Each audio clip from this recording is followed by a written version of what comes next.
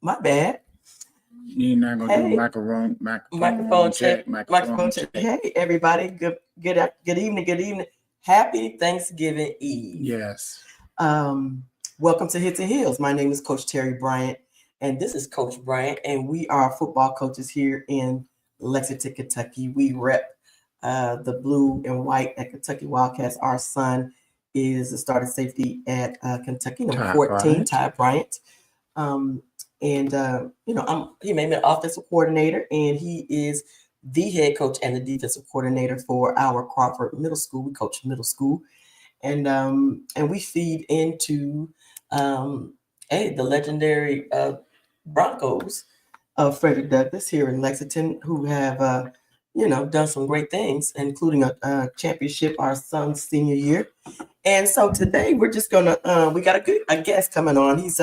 We're going through all the preliminaries right now to get make that happen for y'all. And then but before he comes on, we got a game this weekend. It's rivalry week, Coach Bryant. Well, it's a must win for them for their momentum, losing a few in a row. Yeah. Us for our momentum to get to a bowl game. Yeah. And we're excited. The biggest key to the game to me is, last week I gave credit to the young freshmen in the secondary. I mean, they've thrown in the 50 to 60, 70 plays, and now they got their feet wet.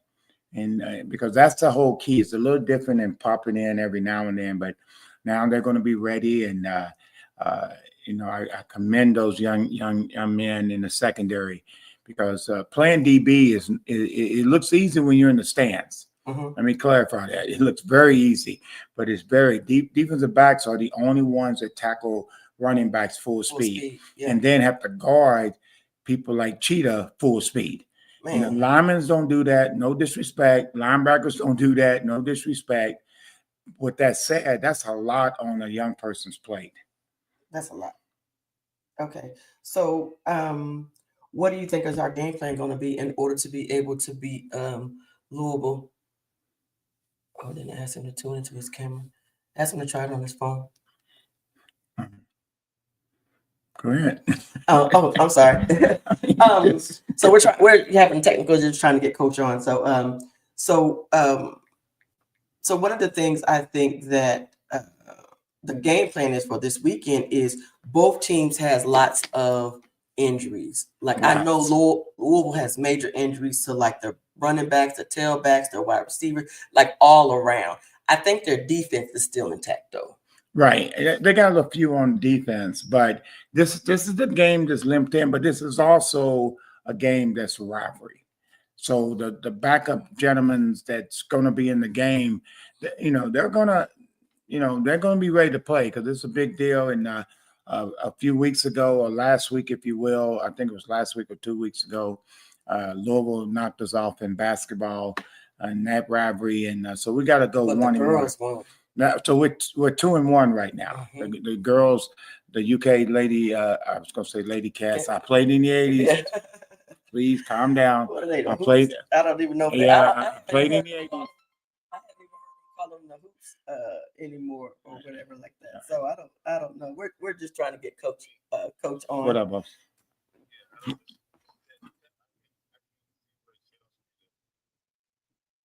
It might just automatically go. Just go ahead and enter the studio. Tell them to enter the studio. She said, "Go ahead and enter the studio." It might just automatically pick up. And automatically pick it up. Yeah. So anyway, I just think that some of the things about this weekend is going to be tough. But I think I'm also looking forward to the Ohio State Michigan game.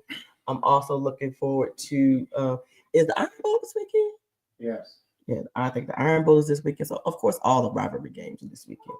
So we're looking forward to that. So anyway, we're just having technical difficulties trying to get Coach on, and so just hold tight a little bit. Yeah, I can hear you. So anyway, I hope everybody is having a great Thanksgiving tomorrow. I done caught something all up in here, so if I'm sounding all crazy, y'all just gonna have to forgive me. But I was not about to miss this interview with Coach. with Coach Phillips today because it's hard to get him on there because he's so busy. But we having the technical difficulties, and we'll get him. So, yeah. So, how about Marshall Falk got the new Southern job at HBCU. So he did 1 year with Coach Bryant at Colorado this past season, and now he just got a head coaching business. I love it how a lot of these players are given the opportunity to be able to coach teams. What do you think about that? Well, I think that right there is a big plus because knowing and being able to teach what you know and what you've been taught. That's what a lot of times people don't actually get it when you coach.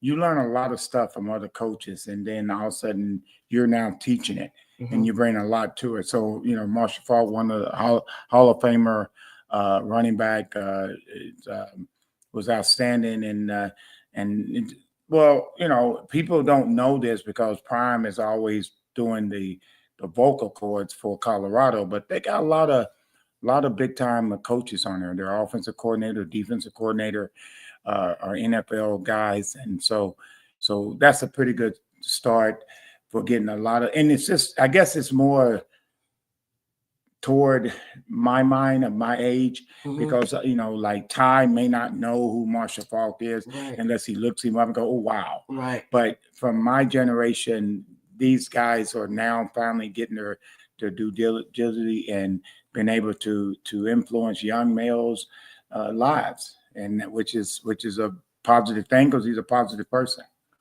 Oh, absolutely. So Frederick Douglass got knocked out of the game, got knocked out of the Final Four. Yeah, it was a very good game. It's one of the few times that Frederick is not practicing on after Thanksgiving. First time, I think, in 7 years. In a while. I thought Coach McPeak, and I was speaking to a very good friend today, who is a fan of Coach McPeak,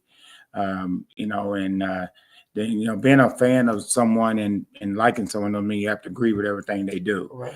And this and O was talking about that, and he, is very positive with Frederick Douglass, but he has an opinion on that. But with that said, that Frederick Douglass has done an outstanding job maintaining. There's no question, led by, and offensively led by Derek Talbert. Jakari. That's his dad. Sorry, Dad. I gave you some pub. Led by his dad. His mom was an outstanding player in Chicago as well. So the gene is in the Talbot brothers. They both played at Kentucky State, and that's where they met. And then also, led by Wade and Thurman Wade, and also with Fields, on defense. Our baby. Yeah, and Missile. So with that said, it's going to be very good. That the team is very young, got a lot of the key pieces returning next year. But also, I thought Coach Haskins JT did a very good job at Bryan Station. Absolutely. When you go in, it's a little different when you're the head man. Yeah. And you're the hype man, the coordinator, and now as the head man, you got a lot of booster meetings, you got a lot of individual coaches meetings, you got a lot on your plate, and I thought he handled it well. I really did. And Henry Clay, as I run through him real quickly, Henry Clay, outstanding. I think Coach Hawkins is going to do a great job. He had a lot of young men out. He has to just figure out what they can and cannot do, and that'll give him a spring practice. And spring practice to me is not hitting; it's going over your assignments and make sure you know. What'll help him will be the district change with Hayes getting ready to go to when them all going to Henry Clay next year. Yeah. And because Hayes won the big powerhouse. Absolutely. Their B team, I call them JV team, won the championship, middle school, and their A team, and I call it a varsity team, finished second behind Jesse Clark, who's on their way to Lafayette. So we'll be seeing Hayes and Jesse Clark both in the not in the championship, but in the top next week. Okay. Well, I mean, I can go over some stuff Yeah. real fast because I just want to make sure that, I mean, he's probably waiting for communication from us. Yeah. Normally, all he has to do is click on the link, and then he'll pop in right here. Okay. All right. Well, I could hear you when I was talking to Coach Phillips, Joker Phillips. I could he might hear have got you. the wrong link. Yeah, because I could hear your voice in the Right. background. And Yeah, but he didn't pop in, so it must have been. I okay. don't know what's going on. Let me Well, see. That's okay. I sent it to him. I texted to him and see if he could just come in on his phone. okay. Well, I hope he gets on. I hope he gets on. But other than that, we got a lot. Well, I mean, I can talk him up before he gets there. Yeah, we can talk him up. Coach Phillips. 38 years. Been a coach, and he was one of the reasons of me coming to Kentucky. Joker went to Franklin Simpson High School, which was Bowling Green High's big rivalry back in the day. Not as much now, but back in the day when also they had a few other guys. One that I think his name is Kerry Bird. KB. He was outstanding DB and played here at the University of Kentucky as well. But they had a lot of talent coming out of that small town, a lot of talent, and I hope when Joker comes on, he can name them. I mean, had fantastic, so he started off as a GA at Kentucky, and after he finished his career at the Washington Redskins for 2 years, and I did not know he played in Canada for 1 year. Okay. So was that after the NFL? No, yeah, after Or the in NFL. between, After the NFL. Okay, After the NFL, he played in Canada, and I didn't know that. I really didn't. And also, I didn't know at the University of Cincinnati, he actually was a DB coach. I didn't know that. I thought he just did receivers for the years he was there. And 1 year went over, and he was a pretty good DB. I mean, I can live in proof he can hit, because he got me a nice little shot that I want to talk about. And if he would have stayed on his man like he's supposed to, I would have scored. So, and that is Bowling Green High taking on Franklin Simpson Wildcats. So. That is so funny. I definitely hope he has some funny stories from y'all's time.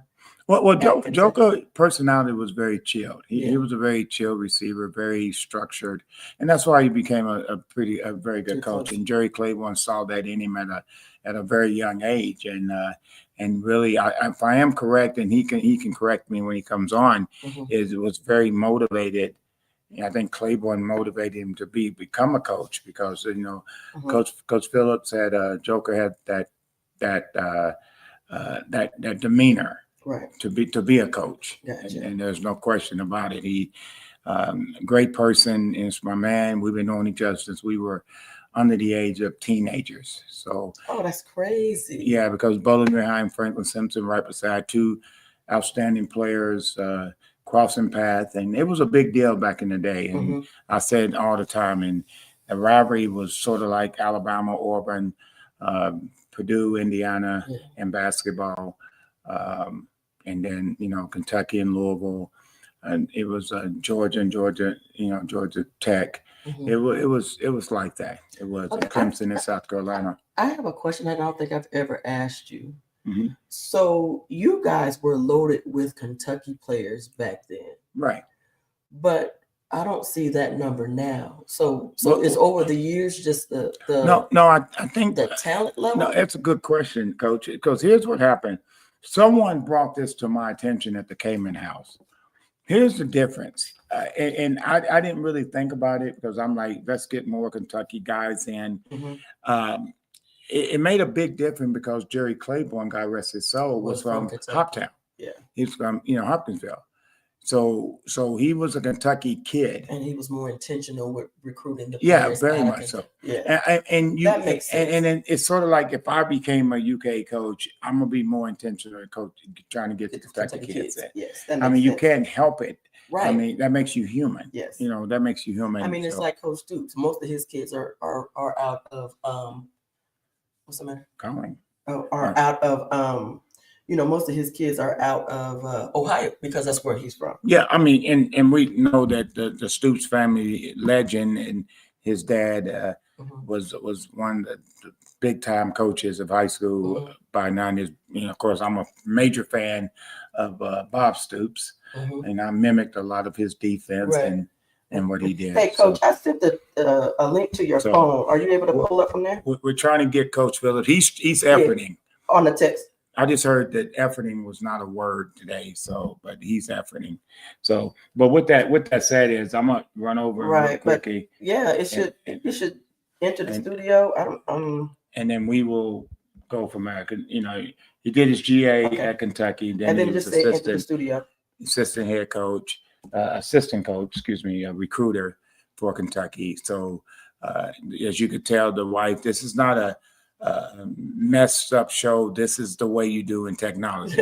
With technology, because, just don't act right. I'm gonna tell you right now, when I go on the air and I'm now on the Cutler show, I'm on KB KSSR show, and with that said, is I've got somebody in my office helping me get on because I'm hitting the wrong button, or I'm not hitting the button. Yeah. I'm not holding it long enough because I don't do it a lot. Yeah. And we're very grateful that Coach Joker Phillips out of Kentucky, Franklin Simpson, Kentucky, is coming on. Oh yeah, we'll be on. He's trying. There he is. There he is. There he is. Hold on. What's on that chin? Oh my God! Yeah. Hold on. I've never seen that. Usually that's clean cut. I've never seen that. Hey, yeah. I used to have to do COVID hit about in 2020, and I decided, hey, to try it, and I've never left it. Okay. Yeah, I've never left it. It's funny. I didn't say hi. What's up, Coach? What's up, bro? How you doing, man? My comment was, what is that on that face? Because usually that's clean cut like that. What's up, Coach? Yeah, hold on one second. I got like 3 different devices going off here. Okay, cool. I'm good now. I'm good. Okay. Yeah. Hey, what's going on with you guys, man? Doing good work, man. Well, it's a pleasure. Thank you for coming on. Yeah. But I want to say this. I really mean, I said it to you many times before, but we got a lot of people that listen. They come on or they don't, but we have a lot that listens. But I told you the other day, I said it like a dad says to a child, but you're a grown man and older, 1 year older, a few months older. Let me put it there. You ain't that much older than me. So, but with that said, is I'm so proud of you, Coach Phillips. So you have represented your town, the state of Kentucky, your fellows here in Lexington, the former players. You have totally, and I mean that, represented so well. And all of us talk about you all the time. We're so proud of you. Well, I appreciate you guys. I appreciate what you guys are doing, and I appreciate you guys having me on. Okay, my first question right out the gate. Is where did the nickname Joker come from? Because your government name is Joseph, right? Yeah, exactly. Okay. Well, my grandfather who was at birth decided my dad's name was Joe, my name was Joe, and he wanted to be able to distinguish between the two. He didn't want to say, Joe, come here, and 2 of us run. And just so happened start calling me Joker for some reason at birth. So it stuck. It's a name. It's a unique name that has been a real good sales name for me in the past. In my career. So it's stuck with me, and Joker's really the only name I've ever known. Okay. Yeah. And hey, but Cisco always called me Joey. Yeah.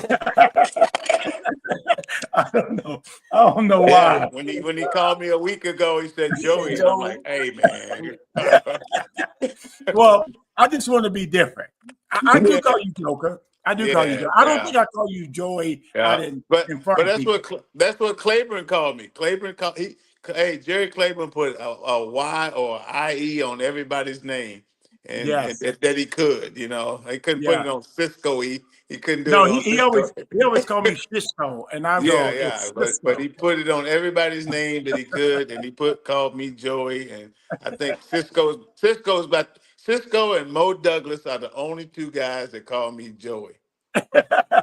all my teammates. So funny. We just had Mo on a couple weeks ago. Good dude, good teammate, man, good football player. Yes.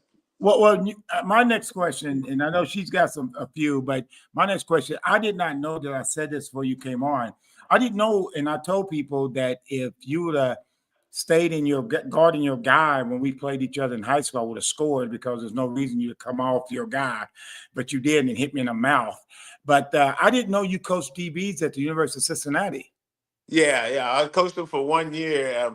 I was there as for my first year at Cincinnati in 97. Okay, Okay. 1997. I coached the receivers, and then the next year, actually, Rex Ryan was our defensive coordinator. Rex leaves, Okay. a guy A gets legend. elevated, and and then one of the things you know how we would coach. We would coach like DBs at wide receivers. Yeah. So I coached my receivers like DBs. We were physical, we were tough, and he asked me to come over to coach the corners, and I was like, yeah, I was looking for a career change at that time, something to excite my career, and so I moved over and had a couple guys, had two guys that went in the NFL. Recruited one of them. I moved one over from receiver, and he ended up getting drafted. And then I left and went to Minnesota to go back to the wide receiver position, which helped me in understanding how to defend. I mean, how to attack the defense. So it helped me, and I'll tell people that I probably should have stayed at the defensive back position because Hmm. Oh wow. the guy who took my place when I left was Mike Tomlin. Oh Oh. wow. At Yeah, Cincinnati. yeah, Yeah. yeah. He I took was my just place at Cincinnati. Mike Tomlin took it. Oh wow! I just saw something today where Tony Dungy talked about how how he got Mike Tomlin to come to Tampa Bay. So we already got some people wanting to acknowledge you. I don't know if you know Mr. Alvin Brown, but he said that your brother Pat is his friend for decades and always acknowledges his love for you, and that tribute is great. Okay, hold on. Before you hit the next one, let me explain how Pat got involved. Okay. Okay, Yeah. Pat was already cutting hair before hair was being cut. Pat came up and everybody kept saying, "Well, y'all get your hair cut." I said, Joker's brother, my boy Right. Pat. Pat Yeah. would come in there and cut hair and hung out in the dorm and did a lot. So Yeah, he did. He's been cutting hair. My dad was a barber. okay, My family business has been in the hair business, barber business, beautician business. So Pat took it on, and I mean, he's been in it for years. He's a yeah, barber locally in Lexington, and making a really good living in it. And cleaning up Lexington, as would like to say. there you go. And we need that. The barbershop talk is the best. It's the best. Nah, no doubt. Well, Hey, and I got good. He can talk too. He can well, definitely talk. I met him. hold on. Go ahead. We met him at the Embassy Suites at one of the jazz things. I Well, think was Joker, it? yeah, that's Yeah. that was fat.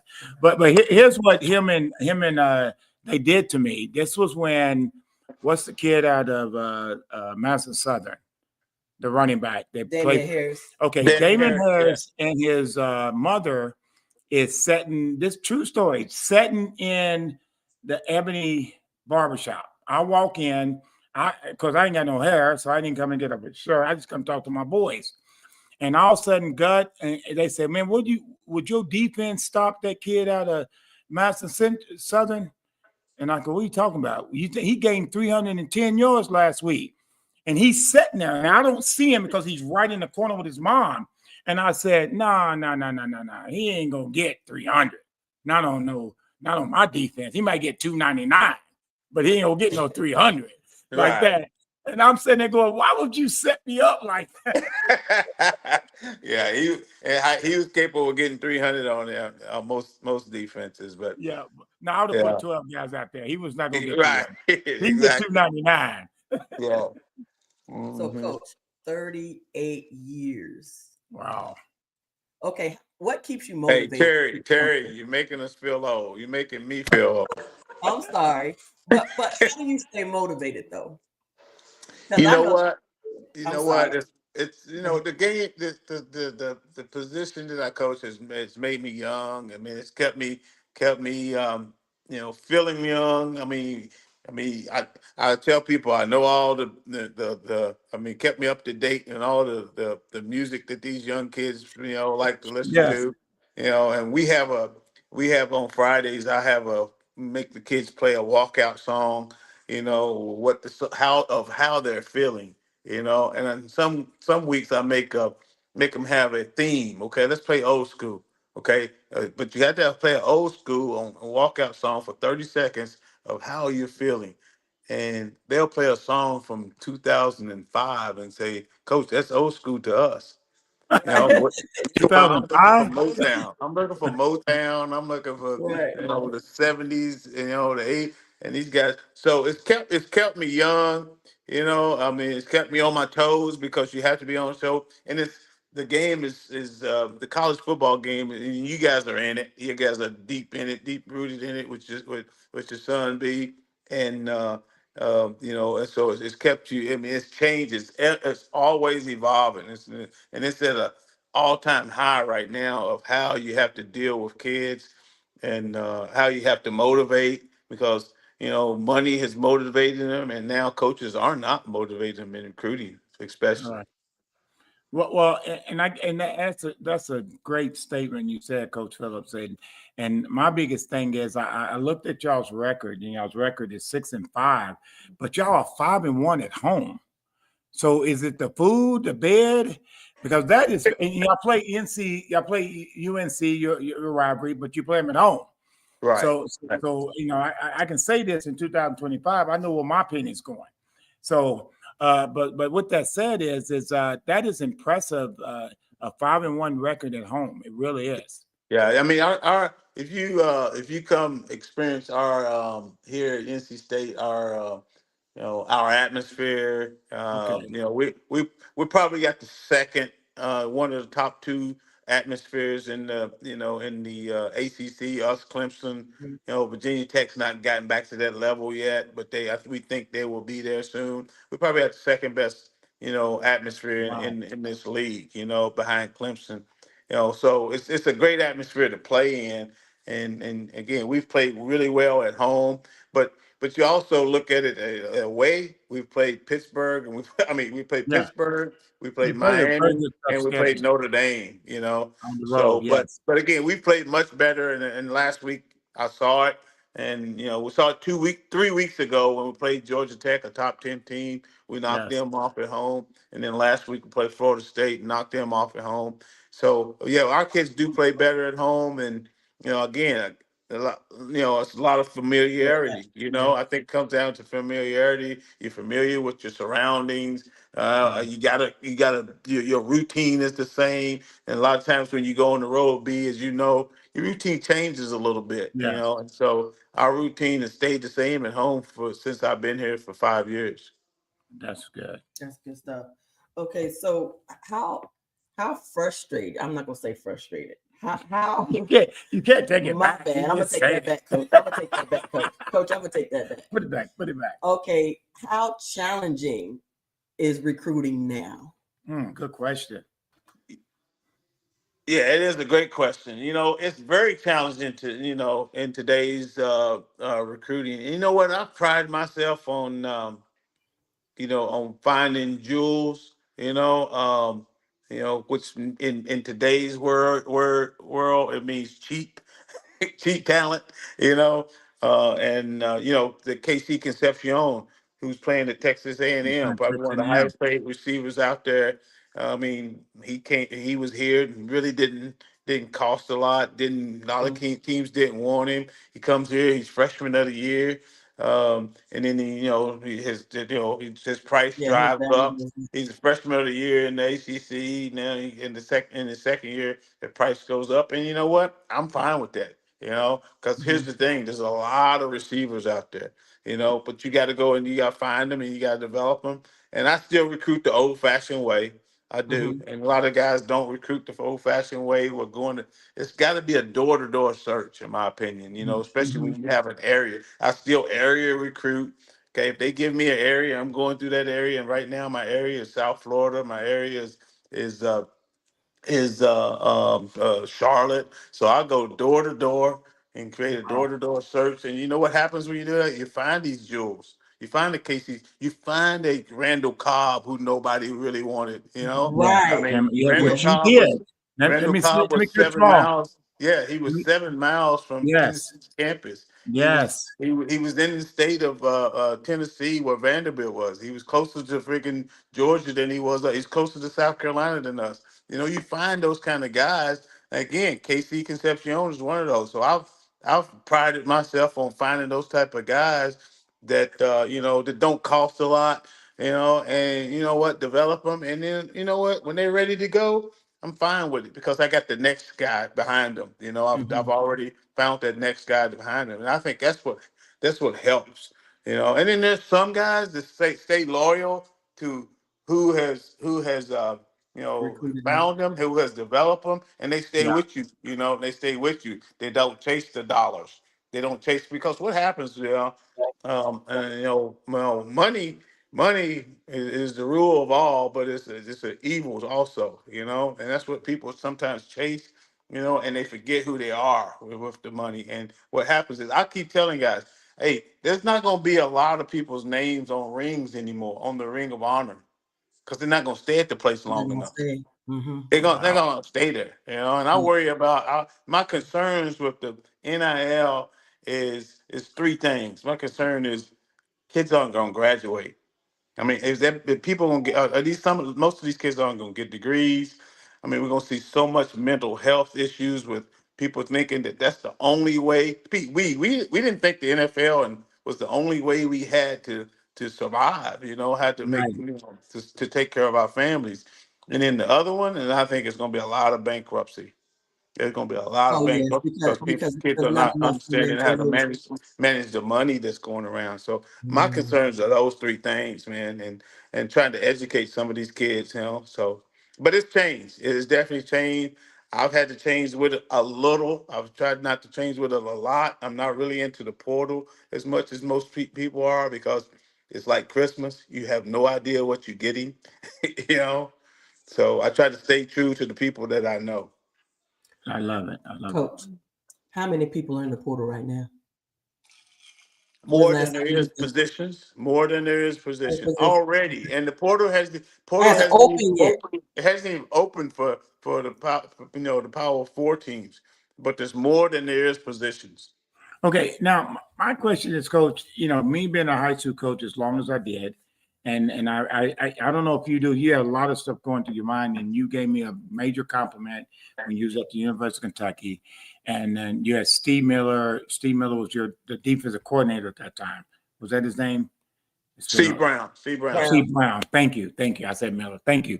Hmm. And he was like, man, you ready for college. And even you said it, the Yeah, way you do it. So, but the greatest thing about that moment is I knew I had this junior and sophomore, and my brain is still working when I'm not supposed to be working.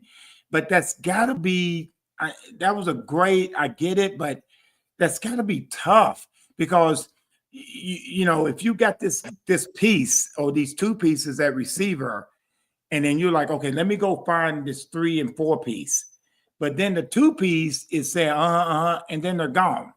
yeah. So I mean, that's got to be a little bit irritating. Is that the best word? You know what? I try not to get frustrated with this business, Right. It's because just I mean, business. kids, and you know what? And then parents also. Me and you talked about a lot of stuff, because Yeah. you got, you're a parent of a college athlete, of a big time college athlete, and I've watched him from afar and watched him as he was in high school and Yes. all those things. But kids got a lot of stuff on their head, man. And the thing that I would tell most of these kids is because what happens is, every kid has warts. They all have warts. And sometimes you go to a place that they don't understand your warts. If they don't understand your warts, I mean, you got to get to, we had a kid here last year. I understood his warts. He goes to another, 'cause I knew how he practiced. I knew how he performed. I knew how he carried himself off the field, you know. But you know what? I also knew how he performed on Saturdays. So Mhm. you could overlook a little bit of the stuff. You Mhm. have to help him with some of the stuff, and then you go to a place that doesn't understand your warts. Mhm. They're like, oh, he can't play, he can't play. Well, on Saturdays, he's a player. Right. But during the week, you have to massage some of the stuff that's going on in the kid's life. and I love it. some people don't understand that. So understand, in kids, it's hard to help kids and parents to understand what their kids' warts are, and because they all have them. We had Right. them. We had them. We all had warts, But our kids, our coaches understood them because we stayed the course. Well, I'm gonna say this real quick. Is again, you started off at the University of Kentucky and you went to Washington when you left UK, and then I didn't know you played in Canada, Hmm. Toronto. I did not know that. And then you started your coaching career at UK, then UK as a recruiter and a heck of a recruiter. And then all of a sudden, you was at Cincinnati, Minnesota, Notre Dame, South Carolina, back at Kentucky, Florida, Cleveland. Yeah, I remember. I thought you was going to stay in the NFL. Let me be honest with you. I really did because of your personality with older kids, older men. And I really thought you would stay in the NFL. I really did. So what made you come back to college? Because I saw you more. I'll be honest with you, you've done a great job, but I thought you'd be a heck of a because you never was a person that did this. In NFL they say you can't run it route like that. You got to do it this way, and that's the way you are as a coach. And so I thought you'd be more of a NFL coach. And once you got that chance with Cleveland, I thought you would stay. So how did you end up coming back to college?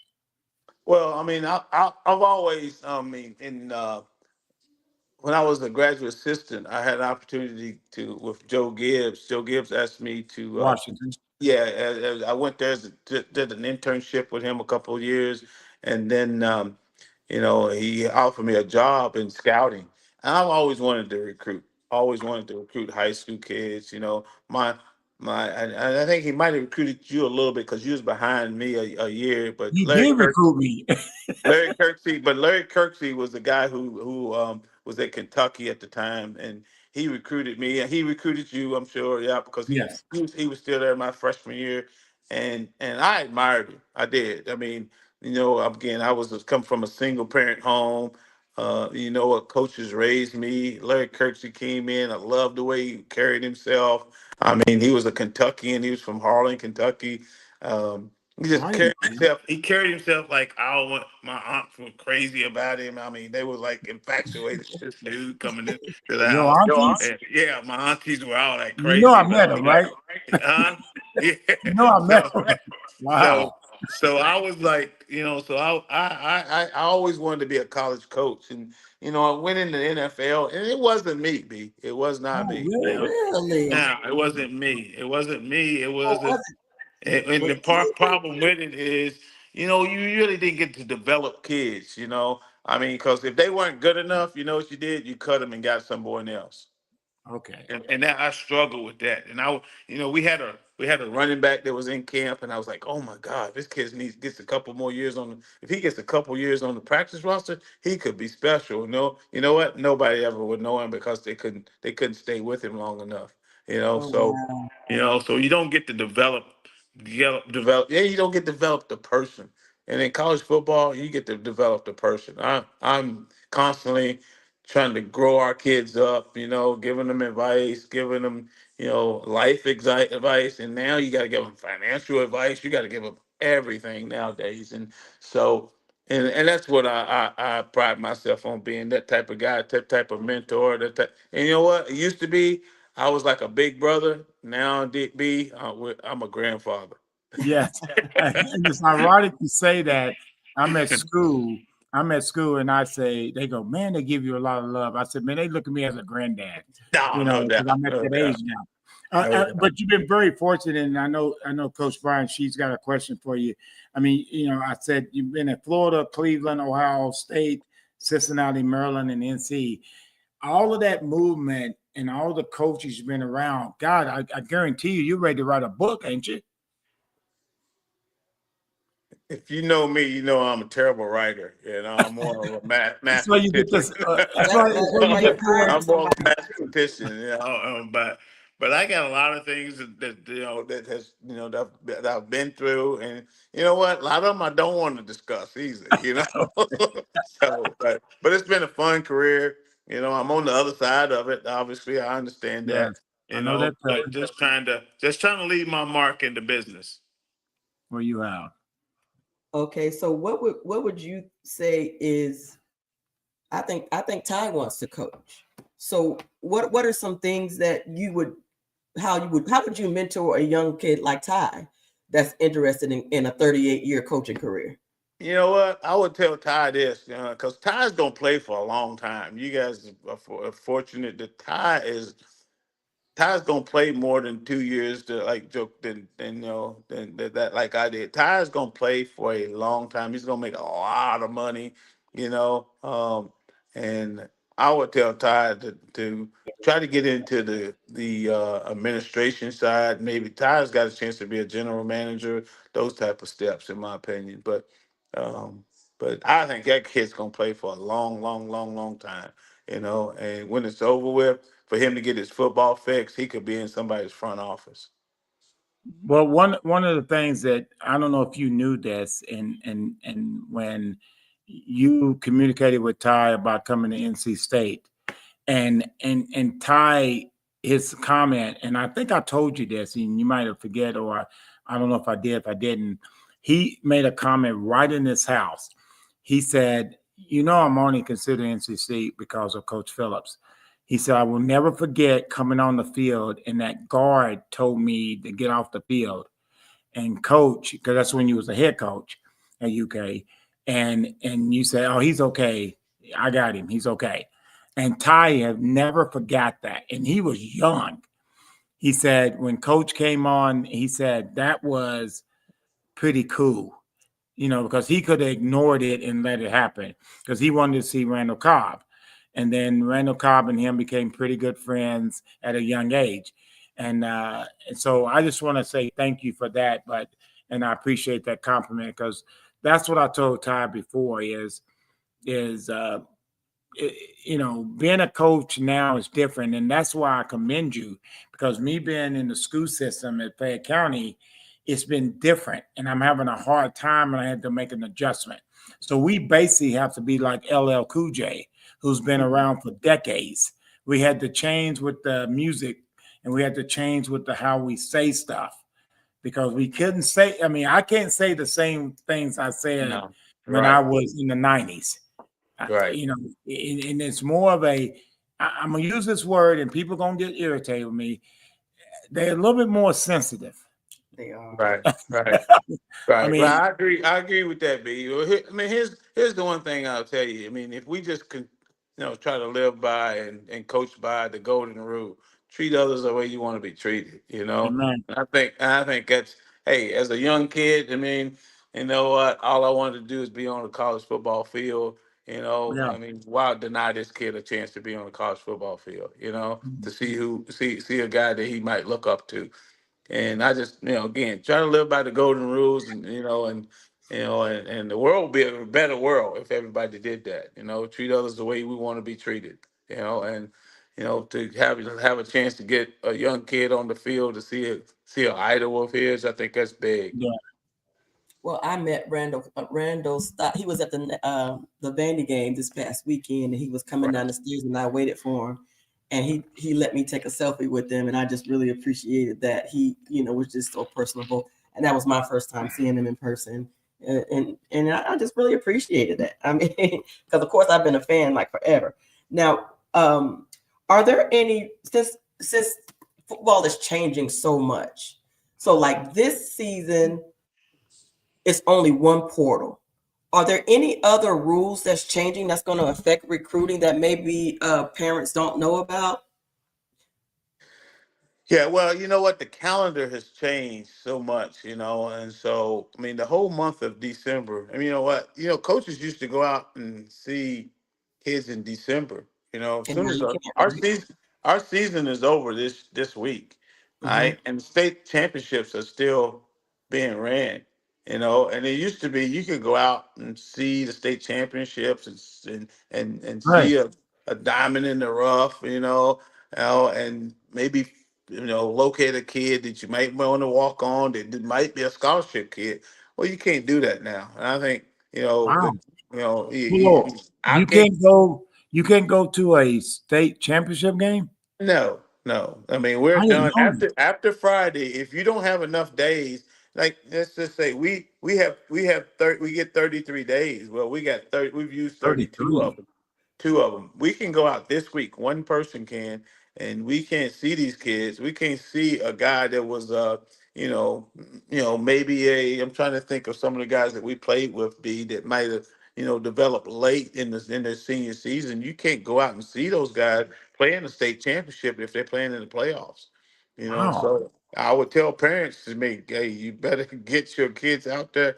If he's, and some kids develop faster and later than others. Yes. So, so I mean, so if you're in your senior year and you better have gotten in front of coaches because they're going to see guys that they have committed.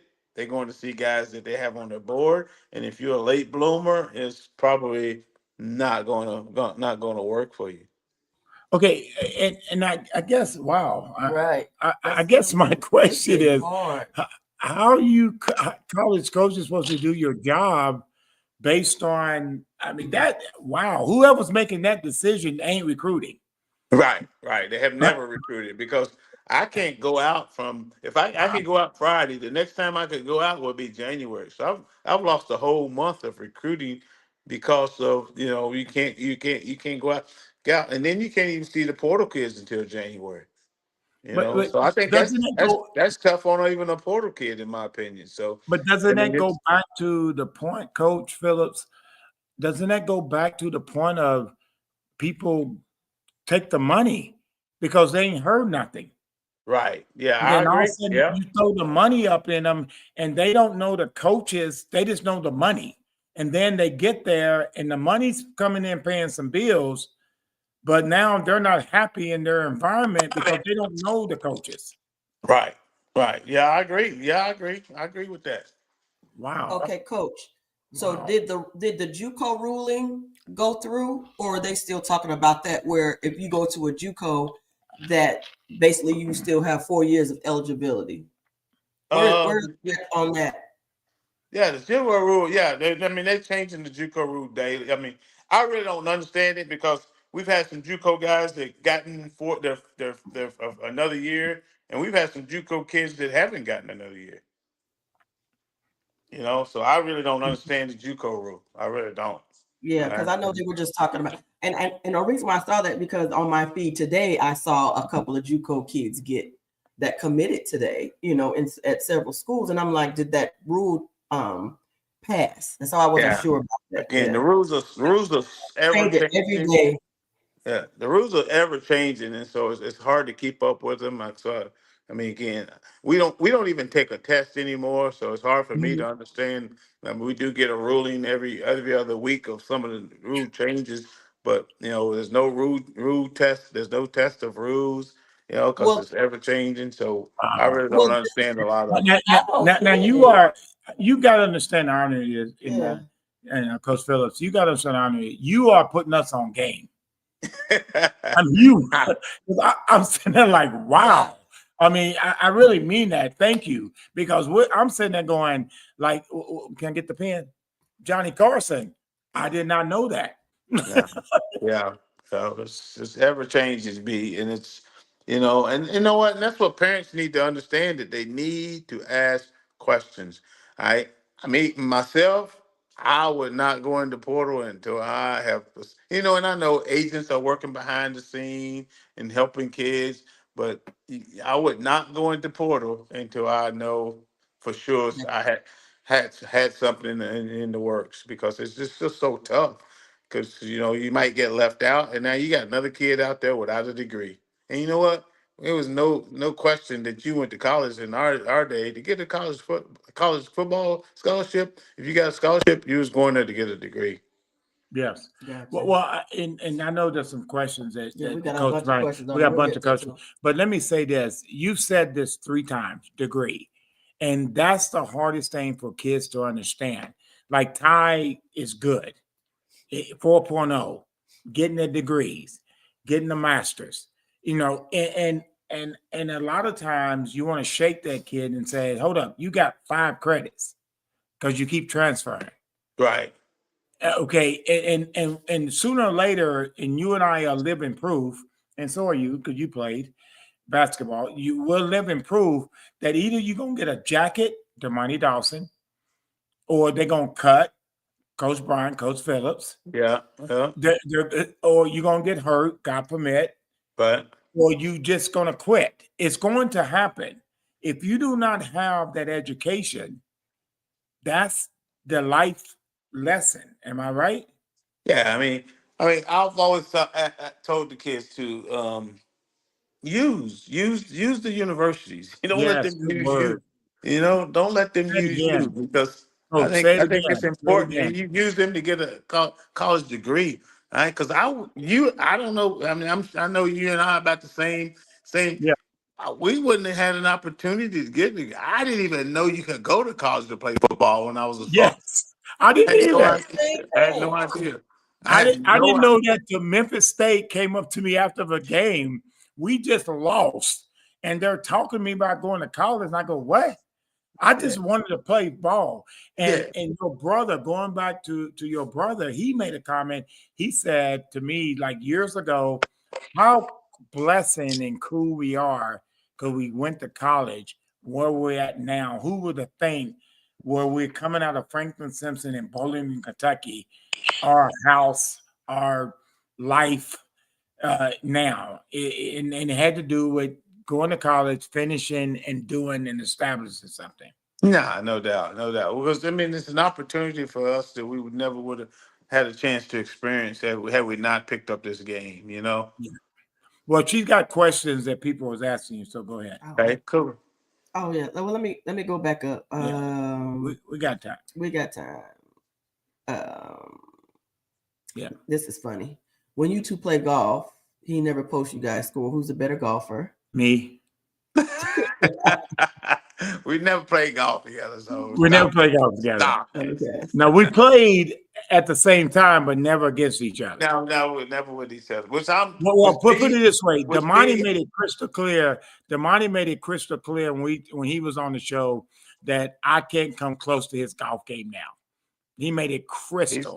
he's got a little bit more time than we That's what I both. was saying. He's got more time to He's got a practice. little bit more time than both of us. Yeah. Yes, I Well, agree. I put it.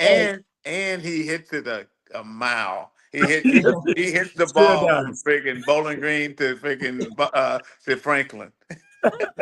Hey, into the wind, into the wind. So I think he was talking about your brother and Glenn Boyd, Shane Boyd's Yeah, uncle. yeah, Both have been yeah. barbers for Now, years. my brother has addictive behavior, and he's addicted to golf, and he does everything in his power. I mean, when he picked it up, and I tried to get him to pick it up years and years ago. When he picked it up, he got addicted to it, and he sleeps it, he breathes it. I mean, I it's just love it. it's all he's infatuated with it, and I respect that too, because So you can't beat him. I think it's changed his life. I really do. So he's the better golfer. Oh, there's no doubt. Hey, There's no doubt. there's no doubt. It ain't even close. He's a better golfer. He's probably the better athlete. He just had he had flat feet, and I had freaking feet that went the right way. Okay. Well, I remember back in the day, I said that to him, and then you said he said that. No, you said it to me. Yeah. You was like it was a difference the way he run, but he was a very good athlete. I No, never no put doubt, you no to that. doubt. I couldn't outshoot him, and if you could do any type of sport where you could stand still, he was He, better than anybody in our neighborhood. There's no doubt Yeah, about I that. heard that. I mean, he was as good as anybody in our neighborhood. But I mean, he just didn't run, and he always said he could clap Dixie with his feet. that's hilarious. Okay, so Mr. Brown said the Louisville game when you were OC, the call on the 1 yard line when Andre pumped the ball to Burton to score was an unbelievable call. Yeah, So I that mean, was a play call you did? those are Your play great call? memories, man. I mean, I've stayed in touch with Keenan Burton, Dickie Lyons. Hadn't Burden. hadn't hadn't That's a stayed in touch Louisville. with Andre as much, but just I mean, and you know what? And today, one of the things I like this that kind of hits my head a lot is I used to hear Kentucky people saying, you know. Oh yeah, I know what he's calling. I mean, he runs the same play, and you know what? Those same plays still freaking win football games today. Right. We got a lot. I could bring Dickie Lyons and Keenan Burton, Stevie Johnson, and Raphael Little and Andre Woodson here, and they would be like, "Oh, I remember that play. Oh, I remember that Mhm. play. And I remember that play, and I remember." And that's what people don't understand. The same foot. I mean, football has not changed that much. And when you get on the field, it's changed off the field, but it hasn't changed on the field, Pete. I mean, it's some What? of the same plays that we ran. I still carry some of the same plays at Claiborne. Hey, and we'll run a screen, and I know you remember this. We used to have a screen where we had to go crack the linebacker. Yes. You know what? And Yes. I would tell our guys, and sometimes we will devise a screen, and then we ain't cracking the linebacker.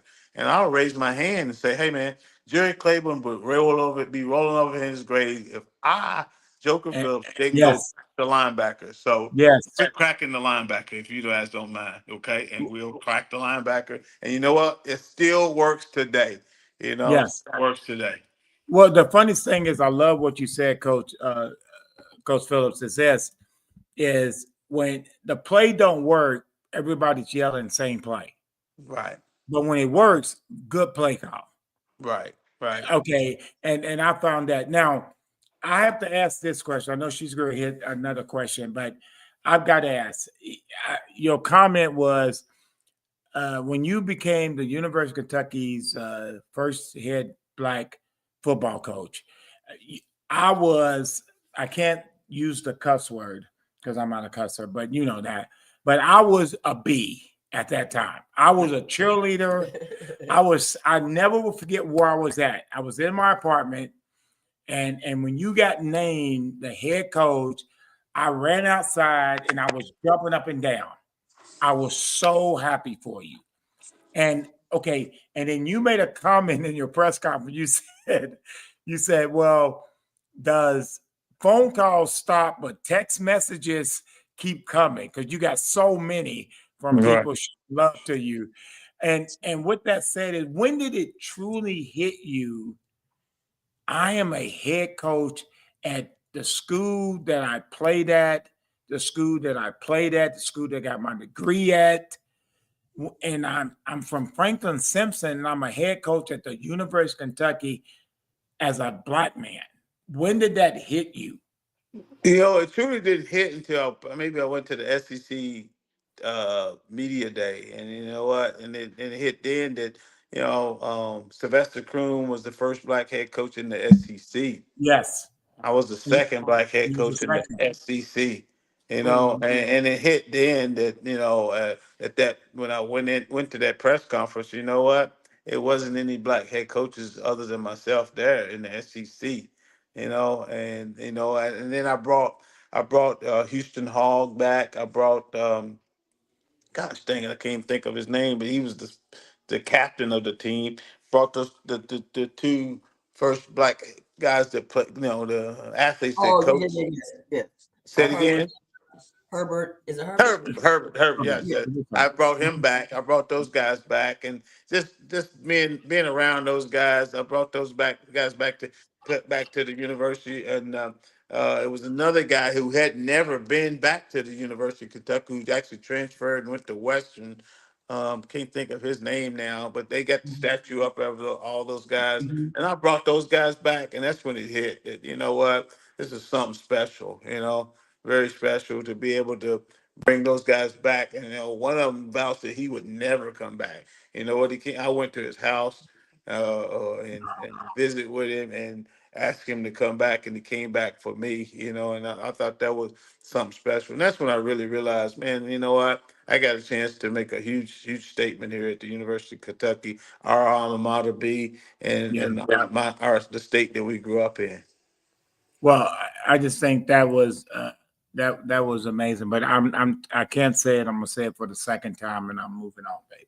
And you have a question, but I was so much, and I'm gonna use the word, and I don't use it very often. I was a fan. I wasn't a buddy. I wasn't a friend. I wasn't a player that played with you and known you since you were young, and we both were young. Um, I'm so, and I said again in the beginning, I was so proud of you. You have no idea how much I talk about you all the time.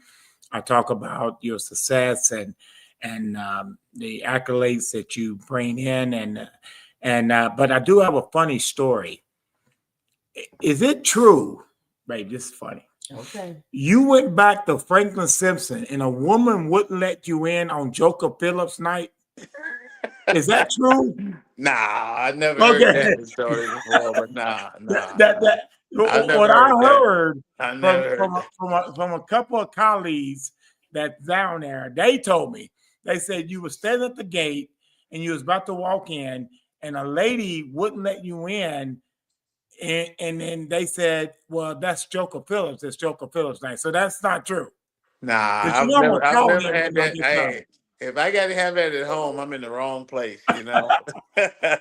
Nah, I've never had that at the house, and it's been. I Okay. mean, All right. those Well, people down there have been so good to me, and you know, and the feelings mutual. I'm so good. To try to be good to those people. Again, golden rules: treat others the way you want to be treated. And so when I walk in there, it's usually they'll come right look, in because I know the feelings. Like when I go to Bowling Green, whenever I get down there, they show me, and people don't understand why I love being a purple, because they show me mad love. It's easy to no show me doubt, love when I'm playing, no but doubt. show people love when they're out. So Yeah, so you go know ahead. what, B? One thing we got is unique names. We Yeah, both got Cisco's unique unique. names, and so with the unique names, what happens is people don't forget you. They Absolutely. don't forget you, and I've been fortunate, and you've been fortunate to have that type of name. If you say Cisco Bryant in Bowling Green, they know who the heck. You didn't even have to say the Yeah. Bryant. You don't have to Yeah. say Bryant. You can say Just Yeah, Cisco. I have to Everybody give knows it. who the hell it is. You say Yeah, Joker, everybody. You know what? And we come from those type of, and our towns are small enough, and and they and love you. and it's you know what? One thing those small towns, and Bowling Green is not as small as Franklin, but one thing those people pride themselves on is, hey, I knew. I knew Yes. Cisco. I know Cisco Brown. I know Joker, and I think that's been really, one of the things that you really appreciate by growing up in that part of the state.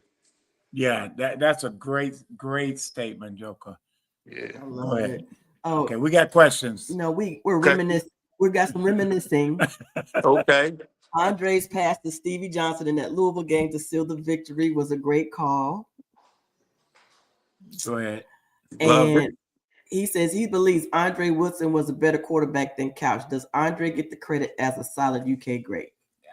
He In don't. my opinion, I think Andre's one of the most pure passers. Yes, I do. I mean, he was more of a down the field Yes. thrower, and I think Couch was a great quarterback also. But I think Andre was one of the more pure passers that we threw the ball down the field a little bit more. I mean, they were more of a screen. Yeah. Get it to their athletes and let them do their thing. Get it to Craig East. Get it to Quentin Stanford. McCord. But we were more of a down the Right. field. Andre was one of the most unique quarterbacks, and I always used to say this, that Andre could walk in a room and take a picture, in his head, and walk out and tell you where everybody was sitting at. Oh, With wow. Wow. everybody. He had this uncanny ability, vision, uncanny vision. Mhm. I mean, he knew Look, where everybody was at. On the field, all 21 players in front of him. He knew where everybody was, and he was a very accurate passer. Andre, and he was a right. smart guy. And he and I went at it a couple times, few times. Obviously that's what a coordinator and a quarterback, is going to do. But in the end, we both have respect for each other, and I just think he's one of the best quarterbacks that ever come out of Kentucky. And I was around Couch, I was around Andre. And it was unfortunate, that Andre wasn't able to, have the type of career that I thought he should have had. I mean, Yeah. he came out with Matt Ryan, and every week it was one, Oh, two. They were 1 and 2, and we thought Andre was going to be a first round draft pick because him and Matt Ryan was number one, number two quarterback every other week. Andre threw for a ton of yards. He had the SEC record for a long Yes. time, A long and time. it's just unfortunate that he didn't have the career because I thought he was an amazing quarterback. I did too. Go ahead. okay. So Mr. Brown says he he feels that Rich Brooks does not get credit for changing the culture at UK football. Changed it a lot. He did. He changed it a Yeah. lot. Rich Brooks was he was way ahead of the time for any UK football coach. I mean, first of all, he elevated black coordinator, offensive coordinator, and there hadn't been a lot of offensive coordinators in the state in the SEC. So he elevated me when he didn't have to. Yeah. You know what? And the year our coordinator stepped down. You know what? We was very bad on offense, and it was easy for Rich to go outside and go Mhm. find a big name coordinator, but he gave me an opportunity. And then he also had, a few years later, he named Steve Brown, who was an African American also, so we had two black the offense and the defensive coordinators. So At the he was same way time. ahead of his time, and I think that's the one thing that the kids trusted, trusted in Brooks, that he was going to give, you know, people like them a chance, And I think Rich did an unbelievable job at Kentucky, and getting air back into the program. Well, Mr. Brown is one person I love, and you know that, and he knows that dearly. But I have to slightly disagree, because what happens is what keeps you relevant is when someone names something after you, because time moves on and different people steps in. And sort of like I think probably about 2 years ago, it came out that I was the seventh best player that played Bowling Green High. Totally disagree with that. But anyway, I do too, seventh. Okay. But the but we're point is, biased. We're biased. yes, very much. But the point of that is for them to keep my name relevant in 2025 when I played in the 80s, when Brooks coached, there's a lot of coaches that have been behind him. So in my mind, when you name a facility after him, a field after him, when people walk in there, they see his name. And I think in this world right now, Coach, am I wrong? Is if you don't get a stop sign, a stop street sign, or a field or something, people move on because that's life. I mean, Seneca was one of the most amazing and intellectual persons on this world, but nobody talks about him anymore. He was unbelievable, but it's the same thing with Brooks. He done so well. So I commend Coach Stoops for naming the practice facility after him. Am I wrong on that? No, Because that keeps him relevant, right? yeah, and I think Rich is well deserving for Rich, Yeah, because very again, much. yeah, And it's his very, life and very, him but showed and I up. think Stoops has done good enough job there too. That I mean, he'll eventually have something named after himself. I get that, Yeah, yeah, because he's done an amazing job. I mean, he's built some teams out there that has won 10 games in the 10 games in that league. I mean, that's hard to do. You win 10 games at Kentucky. I know the league has changed now. I get that too. It has changed with adding Texas, adding Oklahoma, and then you add money on it now also. And the problem with Kentucky is you don't get 4 years of kids. You don't. yeah. You just don't. You don't even get it with the local kids. You can say, hey, we're going to recruit locally and they're going to stay here for 4 years. It ain't happening. It It's ain't not happening happening. nowadays. And that's one of the things that how you built the Kentucky team is you was old, and now a Kentucky team is not going to be old. It's going to be pieced together every year, just like our team here at NC State. It's going to be pieced together every year, and you got to try to find the right pieces. And my thing is, Coach, is why aren't people understanding that Kentucky had 51 new kids that came in? And just because you come in, you got talent. That's what UK basketball is going through. They're very talented, but they got to start gelling together as a team. So Yeah. I got one more question, and what I normally do, Joker, is I usually leave, and then the wife winds the program up because this is her show, Hits and Heels, and I'm a guest. Thank you for allowing me to come on again. She usually grabs my leg and say, "Don't go," but I do that for respect of her. How is the rivalry at with y'all with NC State and UNC? Is it like Louisville and Kentucky, or is it hype like that? Because Louisville and Kentucky they're fighting right now. Today's Wednesday, and fans are fighting each other.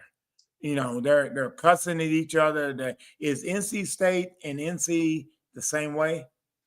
You know what? I think it's in football. I think it's there's a lot of similarities, but I think it's a little bit different here. And the reason why is because we're in conference. I mean, Kentucky and Louisville are not conference game. We are a huge conference rival. I mean, you play Louisville. It's not. I mean, it's usually at the end of the season now, and you're not. It's not a conference. Not for a conference championship. It's not for this. It's for pride. I get that. But this here could be for pride. It could be for a conference. It's an extra conference win. It's similar in that a Kentucky person can live right beside a Louisville person. An NC State person can live right beside a UNC person. So it's a lot of bragging rights in that form. But I think this one's a little bit, more. And I've been in a lot of rivals. I've been in Yes.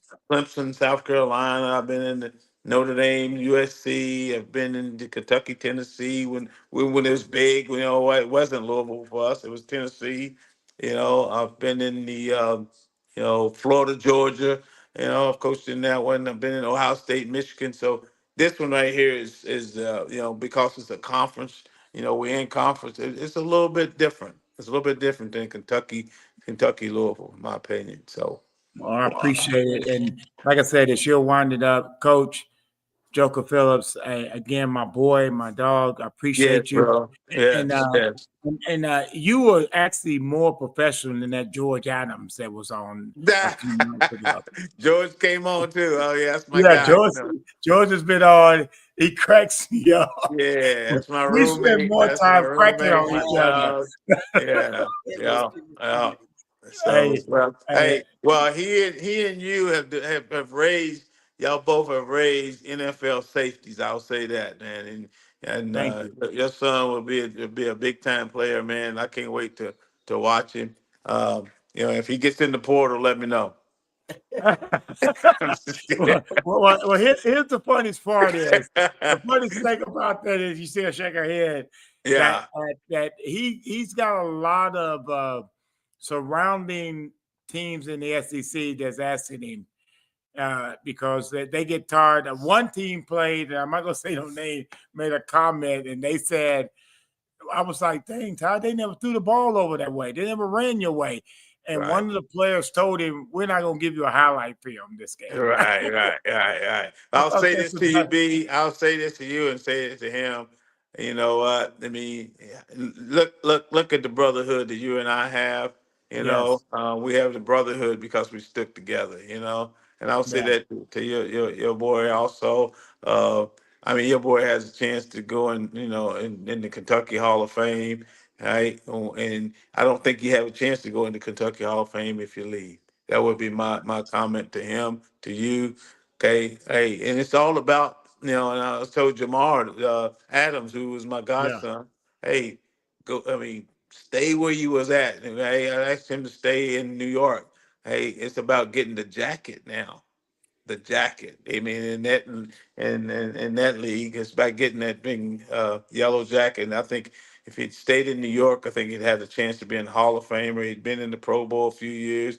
And I will say this to Ty, hey, go get the Hall of Fame. And he's not going to be in the Hall of Fame in Kentucky if he leaves. Yeah. And he Well, probably I won't be in the appreciate Hall of Fame anywhere if he leaves, because he's going to be well, another place. He'll only be there 1 year. And he's only got one more year, and he's gone anyway. yeah. You Well, know? that's good advice. And he No. listens to the show. And I And usually don't talk like that in public, but hey, that's real. That's yeah. real. It's real Well, she advice. hears me says that. I say stuff like that Yeah. because when I said it earlier, Loyalty. when value loyalty over everything. Nah, no doubt. No doubt. And objective, as I said it earlier, is it's all about you understanding that sooner or later this is going to end. and you got to think beyond that box. But anyway, I Yeah. said again, Coach Joker Phillips, my buddy, my dog. I appreciate Appreciate you you, coming brother. on. And then the wife will wind it up with you, and she's got a few more questions, and you got a few more, man. And oh, that's an interesting question. Oh, That is a good question. you Oh, ready for the question, Coach? That's a All good right, question. love, Coach. Coach T. Let's hear him, babe. All right. All right, B. Okay, so I'm his assistant head coach. Yes. I And heard been that. the offensive coordinator this year. Yeah. Hey, hold up. I only had to Nick Saber her one time when I said, run the ball. That's great. So we was talking about them plays. So I need you to go ahead and just email me some of them plays. So that you think I can use. I can use some of them. You were speaking about Stoops. Stoops actually called Andre, and he's now tutoring Cutter Bowley now. Great.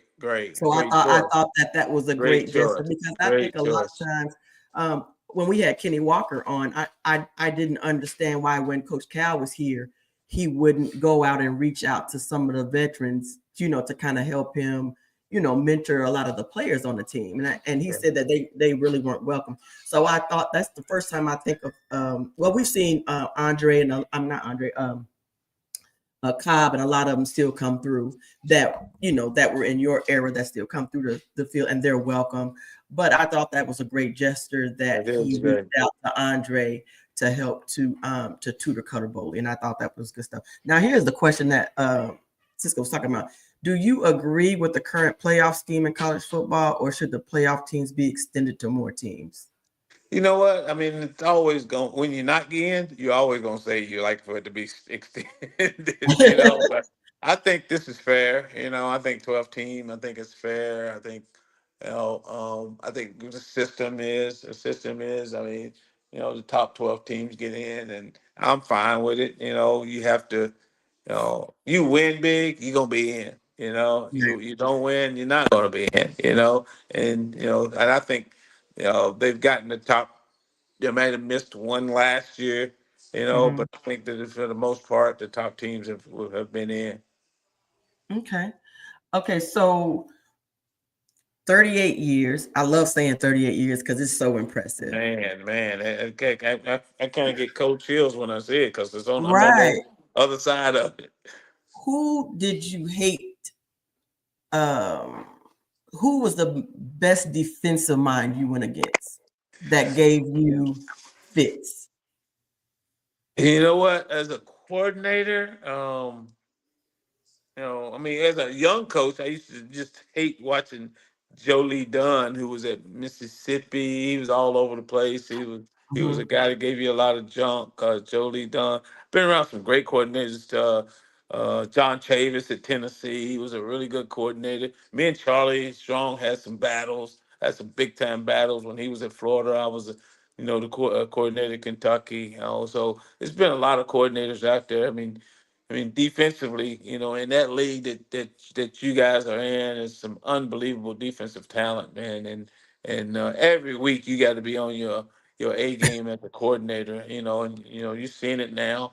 You guys struggle some on offense, and sometimes you're good on offense, but for the most part, it's a struggle. It is hard to gain 10 yards in that league.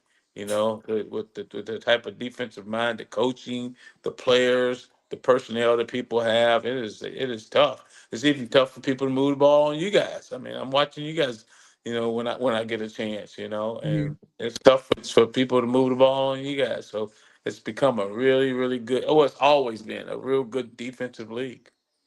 Okay. So NFL or anybody, who would you, if you was to start off coaching today, who would you want to be mentored by, offensively or defensively? Ooh, man, you got tough questions, Coach. Really tough. You know Well, what? I mean, I'm trying to learn, so Yeah, I'm always yeah, looking to see who I need to be looking up to, to yeah. continue learning the as especially as a female, there's not a lot of females that's in the game, Yeah. so I want to be able to hold my. I'm actually looking forward to going to the coalition in DC this year. Right. All right. Well, I mean, I think the guy that's at the Chicago Bears. All right, that the head coach don't know his name. I think he's a Okay. guy that he did it really really well with the Detroit Lions, and now Mhm. he's went over there And and turn that around. gotten air breathed air into Caleb Williams, and getting him to play at a high level. So obviously the guy's a good defense offensive mind. Um, Jesse Minner, who's at the Ram. I'm not the Rams, the Chargers. Hmm. His dad I worked for, and his dad worked for me, and Rick Minner. So those guys right there are some of the guys that I would love to be probably you know be a fly on the wall and listen to Hmm. some of the things that those guys are doing, that offensively and defensively. Okay. So, what is your most memorable um, moment playing at Kentucky as a My player? my junior year, we go to um, LSU. We go to LSU, and probably the second play of the game, a guy named Kerry Berry picks him off and goes for six. We called him KB, and he's from Franklin. I Same. see KB Yeah. every Saturday. Exactly. KB picks him off and goes for six, and with probably in the second or third play. And then later on, I scored two touchdowns and we beat LSU. And, we get back, we're back to Kentucky, and then on Monday, there's bumper stickers in my hometown because we both were from Franklin. It says Franklin Simpson 21, LSU 14. My most memorable moments as a player in 2000. I'm no 19. I can't say two. Mhm. 1983. Mhm. When Franklin Simpson beat LSU 21 to 14. I love it. I love it. So, what's your most memorable NFL moment? NFL moment. I mean, the first time I had a chance to run down on a kickoff against San Francisco 49ers, Wow. yeah, as a player, and but also, I got a chance to see Jerry Rice, who we were both rookies, go up to Hmm. run down the sideline for about 60-yard touchdown. So, you know, Okay. What's your most memorable moment as a coach? probably. As a coordinator, probably when we were able to beat number one LSU at Kentucky, just grind it out, and It get was them a to good the fourth. game. Yeah, get them to the fourth quarter, and we have a chance to win, and then take them to overtime, and then Stevie Johnson and Andre hook up in the end zone to beat those guys, and then then you have Wesley Woodyard and Braxton Kelly, two guys that I recruited also out of LaGrange, Georgia, go in there and stop LSU on fourth down, and we win the game.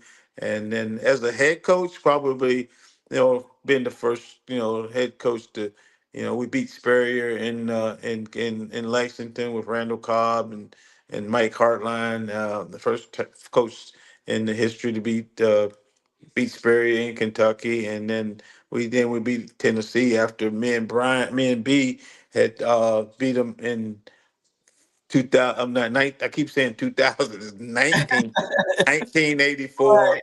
1984. We beat them, and then we don't beat them again until 2009. So I mean, that was a memorable moment for me as a head coach, also. That's good stuff. What's the question, Coach Bryant? I Oh, I thought you had a question. Okay. So, okay, I'm almost done, Coach. Okay, good. Mr. Brown says, has NIL motivated kids not to play hard in bowl games outside of the playoff? It has. It has. And you know what? And and it's a shame. And I was just thinking the other day, so we get so many underclassmen. I mean, not underclassmen. We get so many freshmen coming in. I mean, I don't know if Todd did it, but you can go in and practice in the bowl game right after your season in high school Oh, if you get wow. permission to if you get a letter that you graduated in January. And so I was thinking the other day that at some point, but it might not be in my day, but in years to come, that they're gonna have to allow freshmen to come in in December and play in bowl games because there's going to be so many Because there's not going to be enough people to play. kids, so many kids opt out. Okay. Oh, wow. This is my question. Tell Coach, this is my question. Yeah. Okay, this is his question. Okay, but I thought it'd be better because they're already making money.